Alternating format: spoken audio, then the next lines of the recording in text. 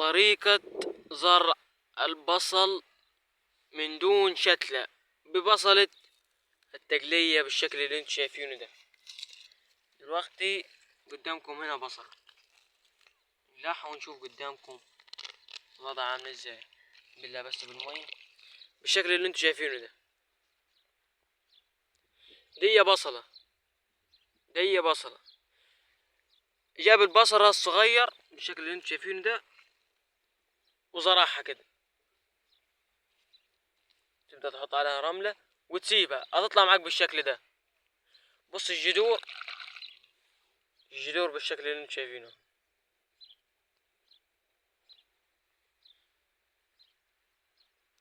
عشان تزرع البصل ده كل اللي عليك ان انت هتجيب بصلة زي دي، بصلة التقلية بس تكون صغيرة عند فيا بيت. هتجيب بصلة زي دي وهتبدأ انك تبحث بالشكل اللي انتم شايفينه ده. طبعا مش هيبقى فيها الخضار ده، انا موريكم بالمرة. وفي فيديو وانا بزرع ده كله كده، في فيديو تاني على الصفحة برضو وانا بزرع برضو في التفاصيل كل حاجة. بس انا دلوقتي بوريكم بشكل تاني وتروح تحط عليه تراب بالشكل اللي انت شايفه. بعد ما تحط عليه التراب هتبدأ بقى ترويها بالشكل اللي انت شايفه ده،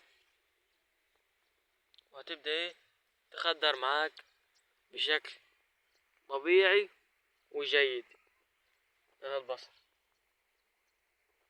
طبعا ده هيعمل معانا قرص بعد ما يكبر كده، هيعمل معانا قرصة كبيرة كده من فوق.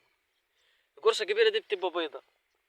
لو خدت القرصة الكبيرة دي بعد ما تنشف وزرعتها في حتة تاني هتعمل لك آلاف الشتلة بتاعت البصل، آلاف شتلة. لو خدت القرصة اللي هي بتبقى في البصلة دي من فوق، يعني انت تستفاد منه تقلية ان انت تزرع منه وتستفاد منه شتلة. بس انا دلوقتي الزرع ده مش عشان ده، طبعا ده ما ينفعش، بس انا زرعه ده عشان اخد منه تقاوي. التقاوي اللي بتطلع من هنا، البذور اللي بتطلع من الفول البصل اللي انت شايفينه ده عمر 20 يوم. ده عمر 20 يوم بالشكل اللي انت شايفينه ده. وده عمر 50 يوم بالشكل اللي انت شايفينه ده، وبدأ يطلع البذرة من فوق بالشكل اللي انت شايفينه ده. وانا مصومه لو انتم ملاحظين بالشكل اللي قدامكم. انا مصوم من المية، انتم شايفين بدأ العروق انها تنشف. بس انا مصومه كده لهدف عشان يرمي التقاوي بتاعته، يرميها بدري علشان تكبر وتعمل تقاوي نعرف نزرع منها تقاوي بشكل صحيح و100%